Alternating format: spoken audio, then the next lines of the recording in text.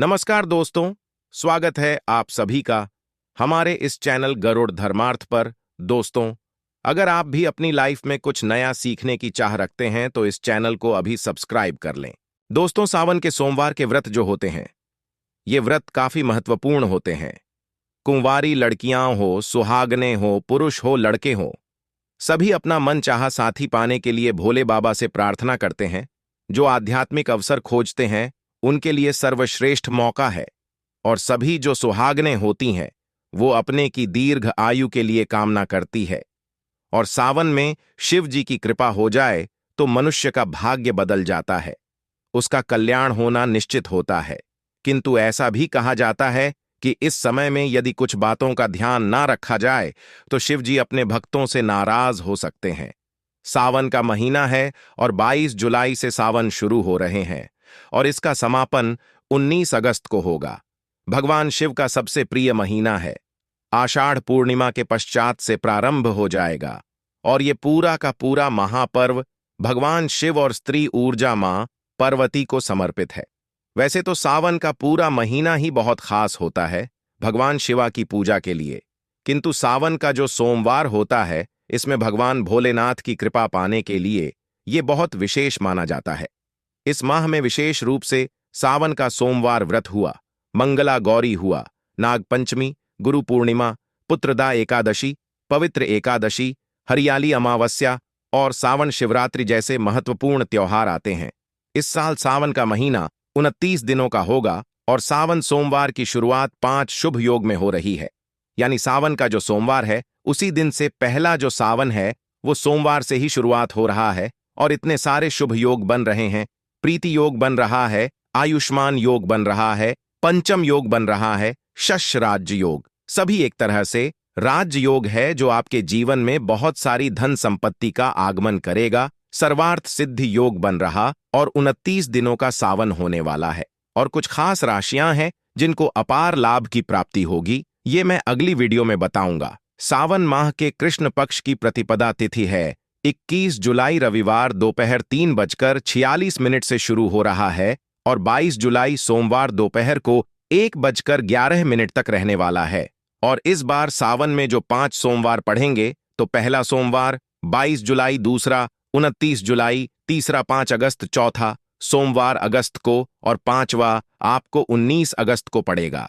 अब ये ध्यान रखना है कि सावन के दौरान कुछ कार्य है जिन्हें आपको जरूर करना है सभी को। और सावन में कुछ ऐसे काम है, चौमासा लग जाता है, भगवान विष्णु योग निद्रा में चले जाते हैं, सभी भक्त हैं, साधु संत हैं, इन सभी के लिए समय बहुत अमूल्य होता है। तो ये चौमासा जो है एक वैदिक यज्ञ के बराबर होता है। चौमासे में भगवान शिवा पूरी धरती का, पृथ्वी का भार ग्रहण करते हैं, इसलिए सावन मास की और ये चौमासा के जो प्रधान देवता होते हैं ये भोलेनाथ ही होते हैं। तो सभी ध्यान रखना है कि कुछ ऐसा काम न करें कि भोलेनाथ आपसे नाराज हो जाए। सबसे पहले तो प्रतिदिन आपको शिवाजी को 1 लोटा जल अर्पित करना चाहिए। हर सुबह और नहीं रोज कर सकते तो कम से कम प्रत्येक सोमवार को अवश्य अभिषेक करें। इसी सावन मास में समुद्र मंथन भी किया गया था। समुद्र मंथन के पश्चात जो हलाहल विष निकला था उसे भगवान शंकर ने कंठ में समाहित कर लिया था और सृष्टि की रक्षा की थी और विषपान से देव का कंठ नील वर्ण हो गया था, इसलिए इस समय भगवान का नाम नीलकंठ भी पड़ा था। विष के प्रभाव को कम करने के लिए सभी देवी देवताओं ने उन्हें जल अर्पित किया था, इसलिए इस माह में शिवलिंग पर जल चढ़ाने का खास महत्व होता है और इसीलिए हर जगह आप देखते हैं कांवर चढ़ती है, भोले बाबा को जल चढ़ाया जाता है। शिवा पुराना में उल्लेख है कि भगवान शिवा स्वयं ही जल है, इसलिए जल से उनके अभिषेक के रूप में आराधना करने से उत्तम फलों की प्राप्ति होती है। दोस्तों, सोमवार के आपको क्या करना है? प्रत्येक सोमवार को एक काम करना है, किंतु पहले सोमवार का बता दे रहा हूं। आपको एक विशेष चीज इस बार आपको अपने जल के लोटे में डाल लेनी है। क्या करना है? सोमवार के दिन सबसे पहले ब्रह्म मुहूर्त में उठकर भोलेनाथ का ध्यान करते हुए व्रत का संकल्प कीजिए। फिर स्नान करके साफ सुथरे वस्त्र धारण करें। भगवान सूर्य देव को 1 लोटा जल अर्पित करें। इसके पश्चात आप चाहे तो किसी मंदिर जाकर के या घर में ही जल से भरा लोटा लेकर कि शिव जी का अभिषेक कीजिए, कौन से शिवलिंग का करना चाहिए? बहुत लोग प्रश्न करते हैं। तो आपको या तो यदि आपके अंदर बहुत सारा आपको पावर चाहिए, पैसा चाहिए, अट्रैक्शन चाहिए, तो आपको सबसे अच्छा है पारद का शिवलिंग इस्तेमाल करना चाहिए। यदि आपको लक्ष्मी प्राप्ति की इच्छा है, आपके घर में कलह ज्यादा है, क्लेश से मुक्ति चाहिए, शांति चाहिए, डिप्रेशन में आपके घर के लोग रहते हैं, तो आपको घर पे स्फटिक का शिवलिंग स्थापित करना चाहिए। और यदि आप चाहते हैं कि नॉर्मल सब कुछ एक काम इंसान के लिए नर्मदेश्वर शिवलिंग सर्वश्रेष्ठ होती है, वो भी स्थापित कर सकते हैं। जो भी शिवलिंग आप करेंगे, कोशिश करें अभिमंत्रित हो, उसमें एनर्जाइज्ड हो, वो और आपके अंगूठे के बराबर होनी चाहिए। शिवलिंग का आपको इस दिन या फिर आपके पास शिवलिंग नहीं है तो पार्थिव शिवलिंग कुछ लोग केवल मिट्टी से बनाना बता देते हैं। इस तरह से नहीं बनाया जाता है। पार्थिव शिवलिंग बनाने की एक विशेष विधि होती है। आपको वैसे बनानी चाहिए या फिर बेस्ट होता है यदि आपके पास कोई शिवलिंग नहीं है और तो आप जाके घर के आसपास जो भी शिव मंदिर हो वहां पर आप जल अर्पित कर सकते हैं, रुद्राभिषेक कर सकते हैं। किंतु आपको लौटे का जो जल है उसमें आपको इस बार एक विशेष काम करना है। जो मुहूर्त है, 5 राज योग बन रहे हैं, इन सब के नाम लेकर के आपको 5 बेलपत्र लेने हैं। कटे फटे बेलपत्र ना हो, इस बात का आप ध्यान रखिए। सुंदर बेलपत्र और नहीं तो चांदी के बेलपत्र आप यूज कर सकते हैं। छोटे अभिमंत्रित किए हुए चांदी के बेलपत्र होने चाहिए। और इसके पश्चात आप बेलपत्र के ऊपर आप चंदन छिड़क लीजिए। छोटे बेलपत्र हैं तो केवल चंदन छिड़क लीजिए। बड़े बेलपत्र है तो आप उस पे लिख सकते हैं और श्री लिख सकते हैं, रामा रामा लिख सकते हैं। इस प्रकार से आपको चंदन से कुछ अच्छे अक्षर लिखने चाहिए। इसके पश्चात एक तांबे के लोटे में जल भरना चाहिए। थोड़ा सा गंगा जल है तो वो डाल लीजिए और उसमें कुछ साबुत साफ चावल अक्षत जो बिना टूटे हुए चावल है वो आपको डालने चाहिए। अब थोड़े से पुष्प ले लीजिए और लोटे के ऊपर बेलपत्र और पुष्प रख करके आपको मंदिर जाना चाहिए या घर में ही का 27 बार जाप करें। इसके पश्चात भोले बाबा को आपको वो जल अर्पित कर देना है। भोले बाबा को पंचामृत भी बहुत पसंद होता है, इसलिए जल चढ़ाने के पश्चात आप चाहे तो शिवलिंग पर पंचामृत से भी अभिषेक कर सकते हैं। किंतु जब भी पंचामृत से अभिषेक करें तो ऐसा नहीं है कि कच्चा दूध या पंचामृत से अभिषेक किया और छोड़ के आ गए, नहीं। उसके पश्चात शुद्ध जल से आपको अवश्य अभिषेक करना चाहिए। पूरे समय इसका जाप करते रहे। शुद्ध जल से अभिषेक करने के पश्चात हो सके तो एक छोटे से रुमाली या तौलिए से भोले बाबा को पोंछे चंदन से आप त्रिपुंड बना सकते हैं। जनेऊ अर्पित करे, पुष्पों से श्रृंगार करे, फल चढ़ाए, बेलपत्र से श्रृंगार करे, बेलपत्र चढ़ाए, भांग धतूरा आंकड़े के पुष्पों की माला चढ़ाइए और रुद्राक्ष आदि की माला आप अर्पित कर सकते हैं। थोड़ा सा शहद आपको अवश्य अर्पित करना चाहिए। यदि आप चाहते हैं आपके रिलेशंस मधुर हो तो आपको थोड़ा सा शहद भी अर्पित करना चाहिए और धूप दीप करें। फिर वहीं बैठ करके आप चाहें तो शिवलिंग अष्टक का पाठ करिए, पंचाक्षर स्तोत्र का पाठ करिए, शिव तांडव स्तोत्र का पाठ कर सकते हैं, शिव जी की चालीसा पढ़ सकते हैं और आप चाहें तो किसी पंडित जी के द्वारा रुद्राक्ष का पाठ भी कर सकते हैं।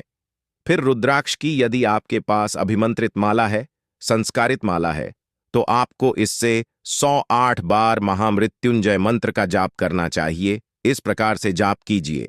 इस दिन महामृत्युंजय मंत्र का जाप करना सर्वश्रेष्ठ माना गया है।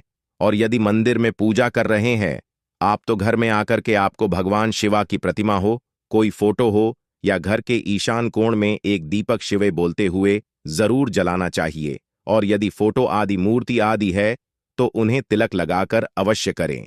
थोड़ा सा भोग अर्पित करें। अंत में यदि आप चाहे तो श्रावण माह के सोमवार के व्रत की कथा भी सुन सकते हैं और श्रद्धापूर्वक भगवान शिवा की आरती करें। शीश दंग अर्ध अंग परवाती, सदा विराजित कैलाशी नंदी वंगी निरत करत है। गुण भक्त शिवा के दासी, इस प्रकार से आरती करें। भोले बाबा की उनसे आशीष मांगे, प्रसाद वितरण करें, क्षमा प्रार्थना करें कि जाने जाने कोई भूल चूक हुई है तो प्रभु आप मुझे क्षमा करें। दोस्तों आशीर्वाद मांगे अपने लिए, अपने परिवार के लिए, अपने रिश्तों के लिए, और ये बहुत शुभ माना जाता है। हो सके तो इस दिन व्रत रखना चाहिए। व्रत कैसे रखा जाता है? शिवाजी का व्रत 3 प्रहर का रखा जाता है और संयम रखना चाहिए। हर प्रकार का संयम रखे। आत्मचिंतन का समय होता है, ध्यान का समय होता है, तो ध्यान का अभ्यास करें। इस पवित्र अवधि जो सावन का महीना है, ये पवित्र अवधि अपने आत्मनिरीक्षण आप जीवन में कर रहे हैं। क्या करना चाहते हैं? अपने आध्यात्मिक विकास की ओर आपको ध्यान देना चाहिए। चौमासा होता है, सावन में तो दैवीय मार्गदर्शन लेना चाहिए। अपने गुरु, अपने ज्योतिष जो भी है उनका संग करें। याद रखिए, सावन आध्यात्मिक कायाकल्प का अवसर है, परमात्मा से जुड़ने का समय है। तो भगवान शिवा की कृपा आप सब पर बनी रहे। और सावन के पवित्र महीने में आध्यात्मिक शुभता और शुद्धता, इसको बनाए रखने के लिए कुछ चीजों से बचने की भी सलाह दी जाती है। एक तो सावन जहां तहां निवास नहीं करना चाहिए। कीड़े मकोड़े बहुत ज्यादा निकलते हैं, घर में नकारात्मकताएं जाती है। तो इस मौसम में अपने घर को हर समय साफ सुथरा आपको रखना चाहिए। कूड़ा कचड़ा नहीं इकट्ठा करके रखना चाहिए। सुबह शाम आपको सुगंधित धूप करनी चाहिए। इससे एक तो घर का वातावरण पवित्र रहता है, और कम से कम 11 माला का या एक ही माला कीजिए सच्चे दिल से। पर आपको जाप अवश्य करना चाहिए। सावन के पूरे महीने में आपको भोजन करना चाहिए। भूल से भी मांस, मछली, अंडा, लहसुन, प्याज, मदिरा आदि किसी भी प्रकार के मांसाहार, नॉनवेज हुआ, ड्रिंक आदि हुई, नशे की चीजें हुई, इससे आपको परहेज रखना चाहिए। व्रत के दिन फलाहार करना चाहिए, ये श्रेष्ठ होता है। नहीं कर सकते तो कम से कम एक समय सात्विक भोजन करें। भोजन बनाए भी तो पूरी शुद्धता के साथ आपको देसी घी में या सरसों के तेल में ही भोजन बनाना चाहिए। और जो फलाहार करते हैं या वो लोग एक समय सात्विक भोजन भी कर सकते हैं। गलत भोजन तामसिक माना जाता है और ये आध्यात्मिक विकास में बाधा बनता है। ये आपके दिमाग और शरीर के संतुलन को बिगाड़ देता है। आपके स्वास्थ्य और आपके आध्यात्मिक कल्याण, आज तक आपकी जितनी पदयात्रा हुई है, वो सभी के फल को नष्ट कर देता है। पाचन तंत्र सावन के महीने में धीमी गति से काम करता है, इसलिए इस मौसम में विशेष रूप से खान पान यदि नहीं भी सही रखा गया तो आपकी सेहत हो सकती है। इसलिए आपको ध्यान रखना चाहिए। नियमों का पूरी तरह से पालन करें। व्रत को अधूरा नहीं छोड़ना चाहिए। जैसे कुछ लोग 4 सोमवार व्रत का संकल्प लेते हैं, किंतु 2 करके छोड़ देते हैं। यदि आपको लगता है मैं 4 सोमवार नहीं कर पाऊंगा, 2 ही कर पाऊंगा, तो मन में 2 का ही संकल्प लीजिए। पश्चात में आपकी इच्छा हो तो 4 सोमवार या 5 सोमवार का संकल्प ले सकते हैं। और व्रत या फिर आपको संकल्प लेने की आवश्यकता ही नहीं है। आप मन में कर कि मुझसे जितने हो पाएंगे मैं उतना करूंगा, ये सोचकर के आपको आचरण को पवित्र रखे। किसी का भी दिल दुखाए बिना आपको व्रत को धारण करना चाहिए। आप देखेंगे यही सावन का महीना आपको कितना फलदायी होगा। किसी भी प्रकार के नकारात्मक विचार है, क्रोध है, हानि है, आप मंदिर आदि में जाएंगे। किसी के ऊपर बुरी नजर रखना, किसी के प्रति झूठे आकर्षण से बचना, शादीशुदा महिलाओं से बातचीत करना, छेड़खानी करना, पराई स्त्रियों से, परा पुरुषों से संपर्क बनाना, ये सभी चीजें आपके आध्यात्मिक यात्रा में बाधाएं पैदा करती है। अपने विचारों को शुद्ध रखें। किसी प्रकार का अशुद्ध विचार भी मन में ना लाए, अशुद्ध व्यवहार ना करें। अपनी यौन पवित्रता को भी बनाकर रखें। किसी भी तरह के मायाजाल में न फंसे। कायाकल्प का काल है और जीवन साथी के साथ भी आपको मर्यादापूर्ण व्यवहार करना चाहिए। किसी भी तरह के झगड़े, खराब व्यवहार, ये संबंधों में दूरियां बनाते हैं। इसलिए जितना संभव हो रिलैक्स रहे और दूसरों पर गुस्सा करने से आपको बचना चाहिए। आपको इस दौरान किसी भी प्रकार की पड़ पंचायती में भी नहीं पड़ना चाहिए, क्योंकि दूसरों की नकारात्मक ऊर्जाएं आप अपने अंदर घर कर रहे हैं। झूठ का सहारा लेकर के किसी भी काम को ना करें। भोले बाबा छोटी सी पूजा से प्रसन्न हो जाते हैं, किंतु जो लोग झूठ का सहारा लेते हैं, जीवन में उनसे कभी भी भोले बाबा प्रसन्न नहीं होते हैं, ना वो उन्हें शुभ फल देते हैं। अपने बड़े लोगों का सम्मान करें। किसी भी प्रकार से किसी का अनादर ना करें और कोई भी ऐसा कटुवचन किसी को ना बोले जिससे किसी का मन दुखी हो जाए, वो नाराज हो जाए। घर के सभी लोगों के साथ अच्छा व्यवहार करें। पुरुषों को चाहिए कि स्त्रियों का सम्मान करें और स्त्रियों को भी चाहिए कि पुरुषों को अनाप शनाप ना बोले। अपने घर से हर प्रकार की नकारात्मकताओं को दूर रखें। इस महीने में शादी विवाह जैसे शुभ काम करने का लगन नहीं होता। बहुत सी शादीशुदा महिलाएं इस समय इसीलिए मायके भी चली जाती हैं ताकि इस अवधि में ब्रह्मचर्य के व्रत का पालन करना चाहिए। मरकंदूरा के पुत्र मरकंडे ने लंबी आयु के लिए सावन माह में ही घोर तपस्या कर ब्रह्मचर्य का पालन कर शिवाजी की कृपा प्राप्त की थी, जिससे मिली मंत्र शक्तियों के सामने मृत्यु के देवता यमराज भी नतमस्तक हो गए थे। अतः इस माह में ज्यादा से ज्यादा तपस्या करें, ज्यादा से ज्यादा ब्रह्मचर्य के व्रत का पालन करें। अनावश्यक यात्राओं से भी आपको बचना चाहिए। इस दौरान की गई सफल नहीं होती है, उल्टा को मार्ग पर लेकर जाती है, दुर्भाग्य को पैदा करती है। इसलिए कोशिश करना चाहिए कि श्रावण के महीने में आप यात्रा कम से कम करें, और एक अवधि है जिसको आपको मर्यादापूर्ण तरीके से बिताना चाहिए। सावन में बाल भी नहीं काटने चाहिए, दाढ़ी मूंछ नहीं काटने चाहिए, नाखून नहीं काटने चाहिए। वैसे तो देखा जाए तो ये एक धार्मिक मान्यता है जिसका पालन वर्षों से किया जा रहा है, और किसी भी मान्यता की जब शुरुआत हुई तो उस समय जो चलता था, उस समय के काल प्रसंग और स्थितियों को देखकर की जाती थी। तो साइंटिफिकली तो मुझे आज तक ये बात समझ नहीं आई, किंतु कहा जाता है कि गुरु ग्रह थोड़े कमजोर हो जाते हैं, इसलिए नहीं करना चाहिए।